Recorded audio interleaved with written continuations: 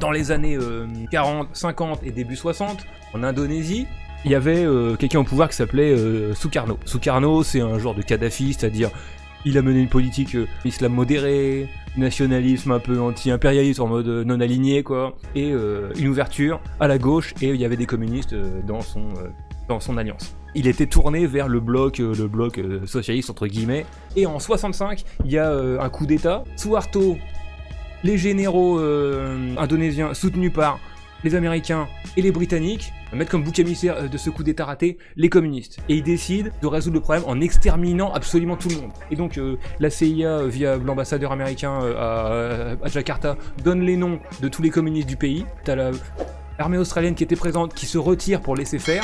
Et le pouvoir décide de laisser libre cours à des religieux locaux, des milices mafieuses, des anticommunistes partout, pour exterminer tout le monde.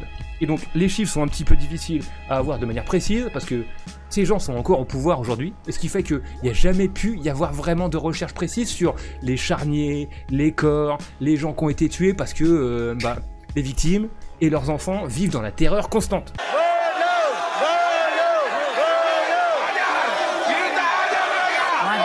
Et donc il y a ce type là, dans les années 2000, Joshua Oppenheimer, qui décide de faire un docu là-dessus parce qu'il y avait rien qui a été dit du tout. Il va en Indonésie, il rencontre des fixeurs, et il essaie d'abord de faire parler les victimes. The military would come and stop us.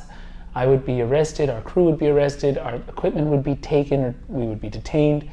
And it was impossible really to get anything done. Mais il dit, en fait, les gens, ils avaient peur de parler. Et à chaque fois qu'on parlait à des victimes, on était dénoncés. Il y avait les flics qui venaient, ils nous arrêtaient, ils nous volaient les bandes. On n'a pas pu faire le docu pendant plusieurs années. We would go on these kind of missions on behalf of the survivors to find out what had happened and encounter these perpetrators who, within minutes of meeting them, would boast about how they'd killed, the details of how they'd killed, and sometimes we'd find out how people's relatives had died.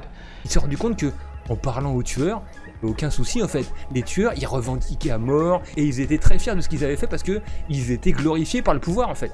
Pour eux, et pour tous les médias occidentaux aussi à l'époque, c'était une libération. Et il s'est dit, mais en fait, je vais faire un docu sur les ordures qu'ont commis le génocide. Et donc il lance le projet de Act of Killing. Et dedans, il rencontre des personnages de dingue, des personnages horribles. Datang sini sehat. Sampai di sini dipukul mati. Kalau dulu kita main pukul, pertama itu datang kita main pukul, itu kan darah banyak. Cara untuk jangan keluar darah itu, inilah pakai sistem ini.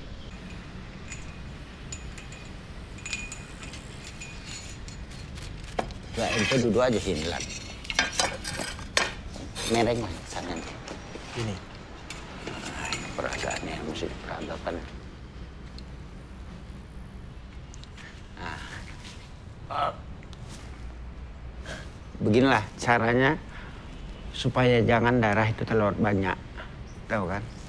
Jadi saya menghilangkan itu, saya usahakan dengan musik enak, saya bisa nari, iya kan? Que des scènes de dingo comme ça.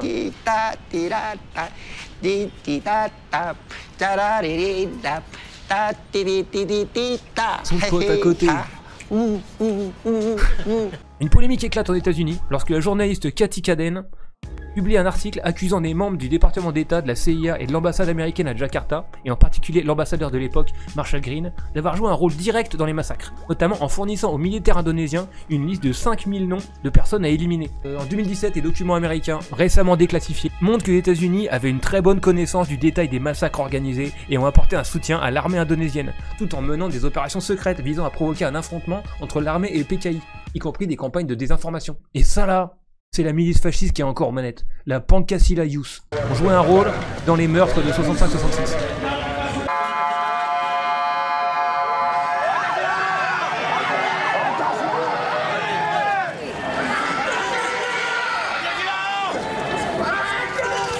Ils sont grave fiers de rencontrer le tueur là.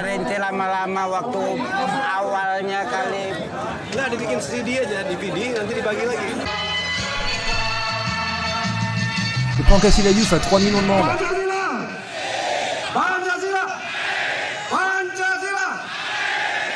semua kader pemuda Pancasila di Sumatera Utara ini adalah pahlawan-pahlawan. Dari mulai memberantas komunisme, adanya nanti lagi neokomunisme. Dikatakan pemuda Pancasila ini organisasi preman. Kalau pemuda Pancasila preman, saya lebih preman daripada orang yang ngomong itu. Ils sont invités à passer à la télé, Anwar Congo et son pote. Et je suis allé vérifier, c'est une des chaînes principales de télé en Indonésie, hein. C'est pas genre un truc TV Liberté ou un truc comme ça. Pemirsa, kita berjumpa kembali dalam program Dialog Khusus TVRI Sumatera Utara. Dan Dialog Khusus hari ini membahas pemuda bioskop membuat Aujourd'hui, on rencontre des gangsters qui jouent un film pour commémorer l'extermination des communistes. Tout le public, c'est que des Pancasila Youth. 2 millions de communistes ont été tués. Oui, c'était une idée de notre gars, Sarwo Edi. Dia punya ide bagaimana untuk melawan et si on exterminait les communistes? J'étais le chef des groupes anticommunistes. J'ai recruté méga dans la Pancasila Youth. On applaudit les Pancasila Youth. Et maintenant, passons au perpétrateur et la star du film, Anwar Congo, avec un chapeau de cow-boy. Alors vous avez mis les communistes droit dans votre bureau? Ouais, après on les interrogeait et on décidait qu'ils ne devraient pas rester en vie. Et on devait les tuer. Nah, berarti benar-benar film ini juga mengungkap kalau Anwar Congo bersama teman-temannya mengembangkan suatu sistem baru yang lebih efisien dalam menumpas komunis, yaitu Anwar sebuah Congo et ses potes ont sistem yang développé une méthode plus efficace manusiawi, d'exterminer les kurang communistes, sadis, c'était plus dan juga humain, tidak moins menggunakan sadique. kekerasan berlebihan. Tapi kalau dilihat ada juga Applaudissez-les. langsung disikat habis saja ya Comme Pak, ça, nggak vous usah les avez disiksa tous dulu. éliminés. Kita tumpas mereka sampai ke akar-akarnya. Habiskan! Kita potong kepala mereka! Kita lawan mereka! Kita Lui, c'est le ministre actuel qui est venu voir la scène. Pour m'avoir exécuté et m'avoir envoyé au paradis. Diri saya dan mengantarkan saya ke dalam surga. Untuk itu saya Je remercie ucapkan ribuan terima 1000 kasih fois pour tout. atas kesemuanya itu.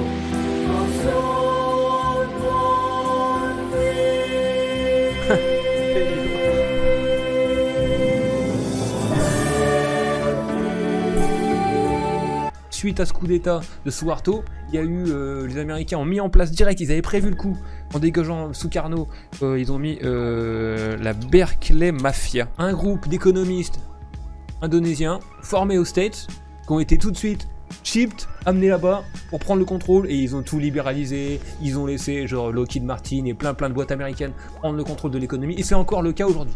Ça montre, c'est un exemple très clair, que le capitalisme a été imposé au monde, hein, par la force brutale, par la terreur et le meurtre de masse. Donc voilà les résultats aujourd'hui en Indonésie. C'est une île indonésienne grande comme la Corse, sacrifiée au nom de notre appétit pour les appareils électroniques. Dans l'Est, La conclusion que je tire aussi, en voyant ce petit docu et le documentaire précédent, c'est que toute notre richesse ici, elle est construite sur du sang et des piles de cadavres, hein. Il y a des peuples qu'on assassine et d'autres qu'on achète. de l'archipel, sur l'île de Banka, des milliers d'hectares de forêts ont été rasés pour extraire de la cassitérite, un minerai qui permet d'obtenir de l'étain, indispensable à nos téléphones portables, nos téléviseurs, nos ordinateurs. Sur l'île de Banka, l'extraction de l'étain date de la fin du 19e et de l'ère coloniale hollandaise, mais elle s'est accélérée avec la naissance du numérique. Aujourd'hui, l'Indonésie est le deuxième plus gros producteur d'étain de la planète après la Chine. Ces dernières années, la ruée vers l'étain a été telle que 65% des forêts sur l'île auraient été rasées pour permettre aux hommes de creuser. La moitié des mines sont illégales. Aujourd'hui, 60% de l'économie de l'île dépendrait de ce métal. Comme je viens de dire, il y a des peuples qu'on massacre et il y en a qu'on achète. J'ai l'impression qu'on est de ceux qu'on achète. Et notre solidarité, elle doit être sans faille avec les autres. De Pinochet à Suharto, nous sommes le clou de le marteau. Du Laos au Nicaragua, nous les écarterons de là. L'Occident va brûler, des ruines nous rebâtirons. Respirons la fumée, leurs cendres fertiliseront.